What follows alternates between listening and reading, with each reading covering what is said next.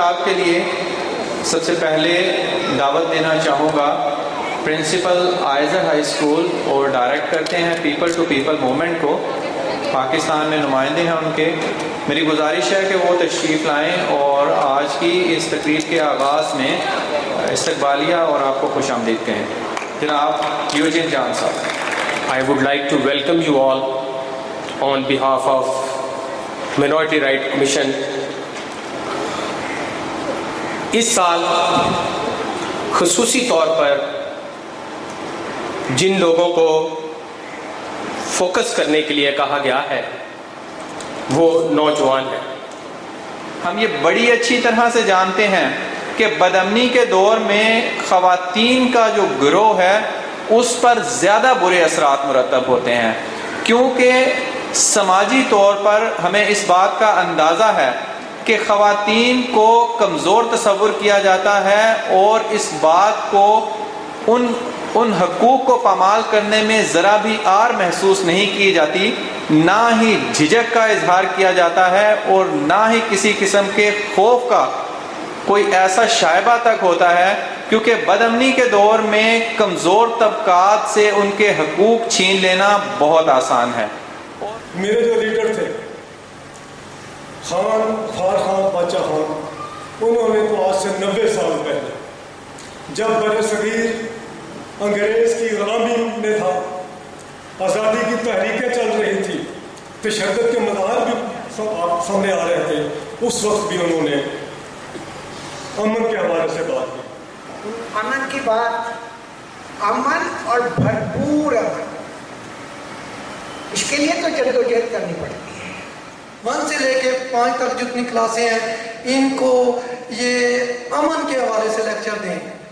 ہمیں کچھ کوتاہیاں رہ گئی ہیں بچوں کو سمجھانے میں، کچھ کوتاہیاں ایسی ہیں جو ہم یونیورسٹیوں میں جا کے نہیں اس کو کور کر سکتے. سیاست سے بالا تر ہو کے کہ قائد اعظم سے لے کے آج تک تنظیموں میں مذاہب ہم تقسیم ہیں، اور کیا اس کا رزلٹ ہمیں مل رہا ہے کہ 2 اینٹوں کی مسجدیں ہم بنا کے بیٹھے ہیں، نہ ان کی بات سنتے ہیں، نہ سنی شیعہ کی سن رہا ہے، نہ شیعہ سنی کی سنتا ہے، نہ اہل حدیث عیسائیوں کی سنتے ہیں، نہ عیسائی اہل حدیث. ایسے ہمیں بندوں کے نوجوانوں کی ضرورت ہے اور جو ان سے ایک دوسرے کی بات تو سنیں.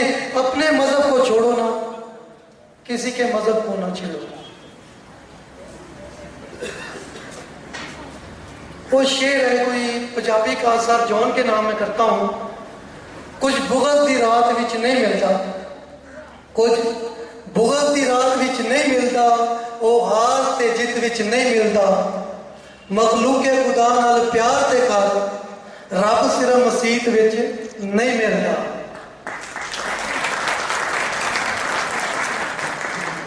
وہ معزز مہمانوں کے لیے ایک میں اختتامی شعر سے فارغ ہونا چاہتا ہوں اور کہتا ہوں کہ تم نیند کی آغوش سے، تم نیند کی آغوش سے کب تک نہ اٹھو گے، جل جائے گا شہر تو تم سوتے ہی رہو گے. Thank you. یہ ایک ایسا کلچر ہے کہ جہاں پہ امن کی بات کرنا گولی کھانے کے مترادف ہے. اگر کوئی بندہ بولتا ہے اپنے حق کے لیے اور اپنے رائٹس کے لیے، اگر کوئی بندہ یہ کہتا ہے کہ مجھے یہ نہیں مل رہا، مجھے یہ چاہیے، تو جو ہمارا ہم سے حکمران طبقہ ہے وہ ہمیں یہی کہے گا کہ بیٹھ جاؤ. تو اے نظر میں اے وائی کیڑی وائی ہے شیخ صاحب، اے وائی کیڑی وائی ہے ات ویلے راہ چاہیے. اینے ڈنگر ہوتے سن، اے مول کمنگر ہوتے سن، اینا مکھن ہوتا سی، سب دا چکھن ہوتا سی. اے پوہے کالی کالی سی، ہر پاسے ہریالی سی. اے پریاں منڈیاں ہوندیاں سن تے اکھاں ٹھنڈیاں ہوندیاں سن. اے پریاں منڈیاں ہوندیاں سن تے اکھاں ٹھنڈیاں ہوندیاں سن. پھر انہاں جرنیلاں نے ون سمنے ویلاں نے لالچ لوگ دوائیاں نال ڈھیرو ڈھیر کمائیاں نال سودا کیتا فصلاں دا نالے ساڈیاں نسلاں. میں 1974 کی بات کروں گا کہ جب ایک مزدور کی تنخواہ جو تھی 240 روپے پر منتھ تھی، 240 روپے، تو سونے کی قیمت تھی 270 روپے فی تولہ. دوست بیٹھے ہیں میری بات کی تصدیق کریں گے. 270 का 1 तोला और 240 रुपये तनख्वाह। तो हम ये नारा लगाते हैं कि मजदूर की तनख्वाह जो है 1 तोला सोना के बराबर की जाए। आज तो मजाक लगती है क्योंकि फिर वो 55,000 रुपये तनख्वाह देनी पड़ेगी। तो 55,000 तनख्वाह, क्योंकि मसाइल 55 के बराबर कर दिए गए हैं, तो तनख्वाह क्या है 7,000 का, 215-20 रुपये पर डे।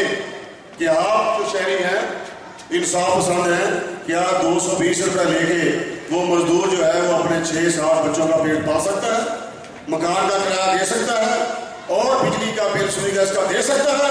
तो अगर दे नहीं सकता तो फिर अमन किस तरह पैदा हो सकता है? हो सकता है अमन? जुल्म रहे और अमन भी न हो, क्या मुमकिन है? ये तुम ही कहो, ये इसलिए कहा गया है।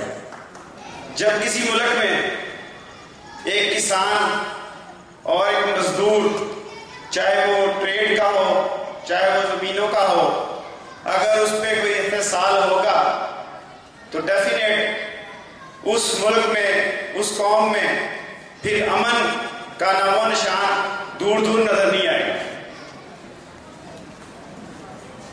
अमन किस तरह कायम होना है कि हमारा मजदूर और हमारा किसान और ट्रेड में जो हमारे बड़े बिजनेसमैन हैं वो अपने मजदूरों और अपने छोटे किसान तबका के साथ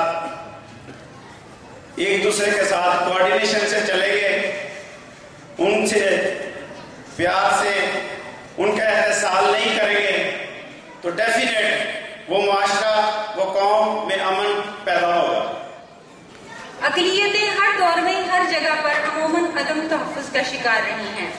इन्हें अपनी बका की जंग लड़ना पड़ती है और निस्बतन ज्यादा कीमत चुकाना पड़ती है। ये कड़ी आजमाइश और सलाहियतों का इम्तहान होता है, लेकिन अमन के ख्वाह अक़लियत भी है और अक्सरियत भी। कौमों ने अपने हकूक हासिल करने के लिए, फेयर सोसाइटी तश्कील देने के लिए बड़े बड़े, कल फ्रेंच रेवोल्यूशन आया हुआ था, लाखों सिर गए थे, माशरों में वैसे सुधार नहीं आता। यूएस ने भी अपनी पूरी सिविल वॉर लड़ी थी, 2.5 लाख लोग मारे गए थे। कभी ये चीजें घर पे बैठे आपको नहीं मिलेंगी। प्लीज जब भी मौके आए, जिस भी आप हैसियत में हो, कहां भी हो, बेशक आपका बीडी मेंबर है, आपका नाज़म है, आपके लोकल लाजम में कोई भी मसला है, प्लीज किसी के साथ ज्यादती हो वो दिन हाथ तोड़ के थाने लगे जाया करो। ये भी आपका एक फर्ज है। ये ना क्या तो मिनोगी यू सी, ये बीइंग इंडिफरेंस असल में ये आपकी बुज़दिली को रिफ्लेक्ट कर रहा होता है कि आप उस चीज में नहीं पढ़ना चाहते।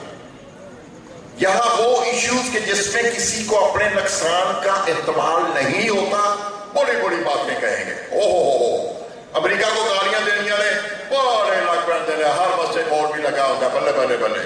तो दूजी नुक्कर दे जो हेरोइन बेचता होता है ਉਹਦੀ ਗੱਲ ਉਹਨੇ कभी नहीं करनी, वो थाने के SHO ने कभी गल नहीं करनी। ਉੱਥੇ ਭਾਵੇਂ ਕਿਸੇ ਦੇ ਘਰ ਦੇ ਉੱਤੇ ਕੋਈ ਕਬਜ਼ਾ ਕਰ ਜਾਏ, ਉਹ ਉਹਨੇ ਮਿੰਬਰ ਤੇ ਖੋ ਕੇ ਗੱਲ ਕੋਈ नहीं करनी। लेकिन और कहानियां उसको बढ़िया सुन लो। और हमने ये अहद किया हुआ है कि गुजरांवाला में दोस्तों साथियों के साथ मिलकर कोशिश करेंगे कि इंसानी हकूक़ की इस जदोजहद में, अमन के फ़रोग़ की इस मुहिम के अंदर जहाँ तक हो सके अपना हिस्सा डाल सकें। मैं ख़ासतौर पर बहुत शुक्रिया अदा करता हूँ शबाना कंवल साहिबा का, जनाब डॉक्टर ज़फ़र चौधरी, राव इकराम अली का और बाकी दोस्त और साथी, और बिल आखिर माइनॉरिटी राइट्स कमीशन के वो दोस्त और साथी जो लाहौर से ख़ास तौर पर आज की इस तकरीर के लिए तशरीफ़ लाए हैं।